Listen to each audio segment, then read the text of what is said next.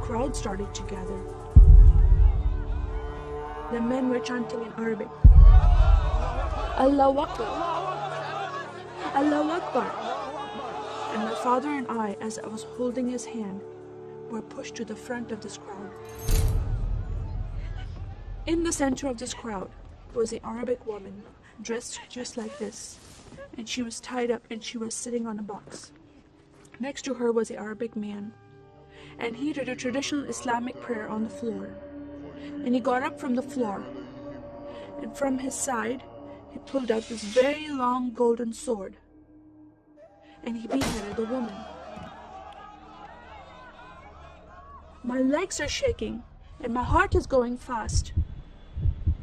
And my father said, if you don't listen to the teachings we're instilling in your life, this will happen to you one day.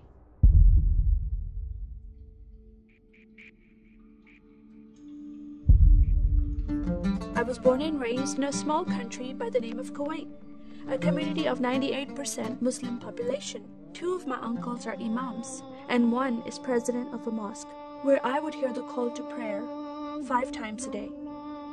As a Muslim, the word Yahudi, which means Jew, was instilled in me as a bad word, as a cuss word. Yahudis should not exist.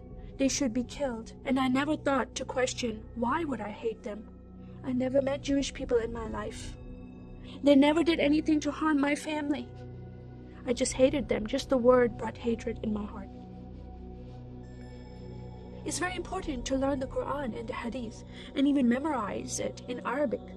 I even entered a competition where you recite the long chapter in front of Islamic leaders and teachers.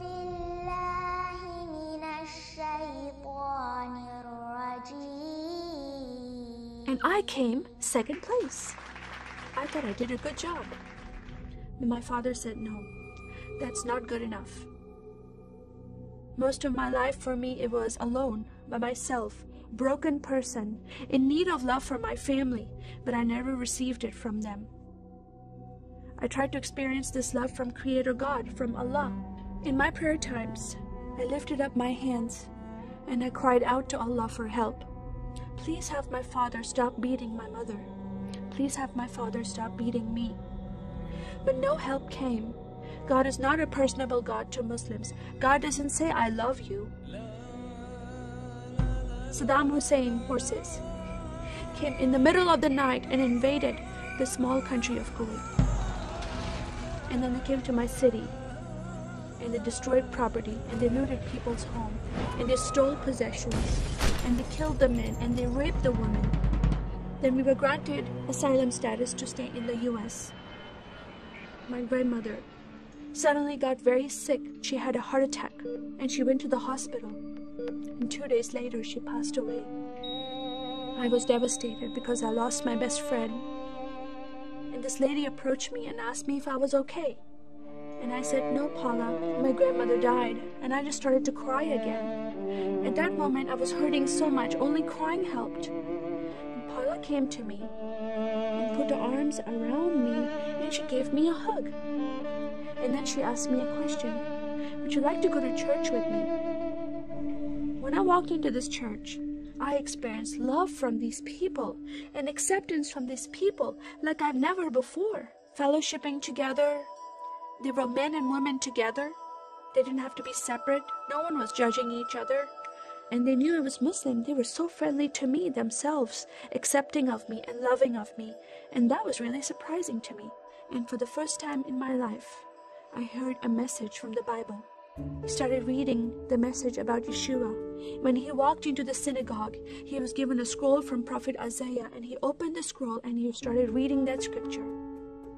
That the Spirit of the Sovereign Lord is upon me, because he has anointed me to preach the gospel to the poor. He has sent me to heal the broken heart and to proclaim liberty to the captive and freedom of sight to those who are bound, to proclaim the year of the Lord's favor. First time I heard these words of freedom and healing and liberty. I'm desperate to be freed from bondage. I was held captive in Islam and I wanted to be freed from that. I was blinded with so much hatred in my heart.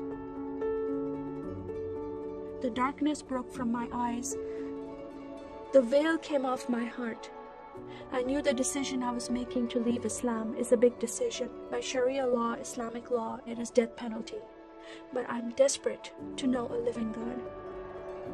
In that day, I gave my life to becoming a follower of Jesus.